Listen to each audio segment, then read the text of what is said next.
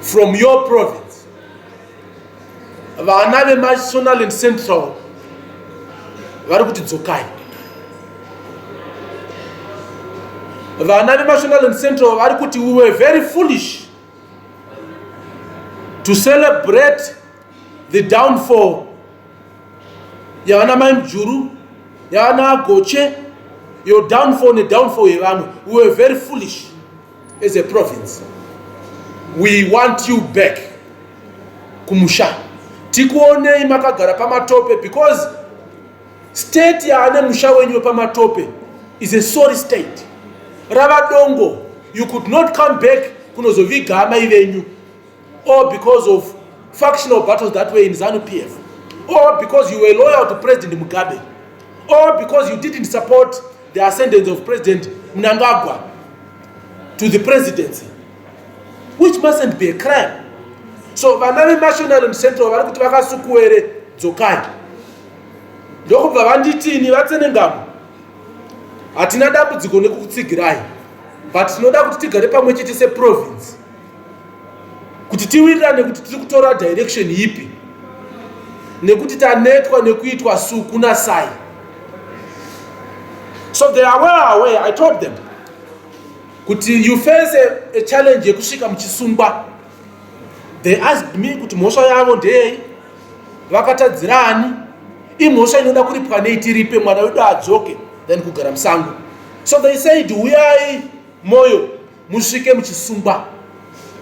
Senational and central toziva kuti mwana wedu asungwa, toda kuziva kuti asungirwei. Then tochidecide zvokuita from there. National and Central is saying you are not safe in South Africa. Come back home. Munobvutwa zvikanzi marohwa nemaarmed robber.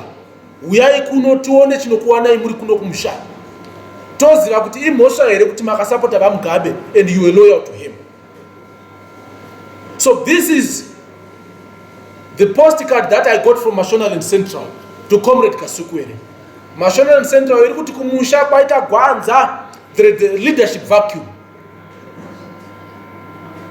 Variko vakukundwa neshiri dzinoziva kuti ikanovhima inouya yakachengetera vana vayo.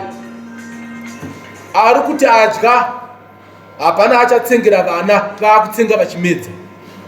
So they want you back. So in terms of how we are going to deal with who we are going to back in 2023, one is dependent on kuti tichatenderana here navana mukoma chamisa on how we are going to proceed, oro kuti mukoma Sevia Kasukuwere vari kudzoka here, ende kana vadzoka politics dzavo vada kudzifambisa sei. Kwanzi neNational and Central takakumirirai, and we know kuti National Central ndo yanga yagara iri stronghold yeZANU-PF and ndo kwakawinira ED. But ndoda kuti nditi kwamuri vakasukuwere, kana mukadzoka muchifunga kuenda kuZANU-PF, chiziva kuti mapera, and in any case havasi kutombokuda ikoko. So you would rather come and work with other progressive Zimbabweans, which is your right. Oro munouya motanga rwenyu rwendo, variko vanoti vakakumirirai vanoda kukutsigirai. Ini ndakatanga rwangu nevamwe vanga nevasipo.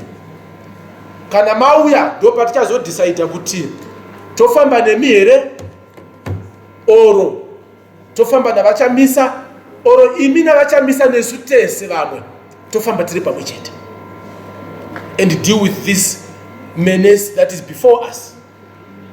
So chitipindurai Comrade Kasukuwere, tinoda kusangana nemi pa airport, musauye muchihwanda, tinokumirirai panomhara ndege, kana muchisungwa tosungwa tiripo tichizoona kuti mwana wokumusha wekwedu aiswa ngecheni, tochidzokera kumusha tonotaura nevanhu.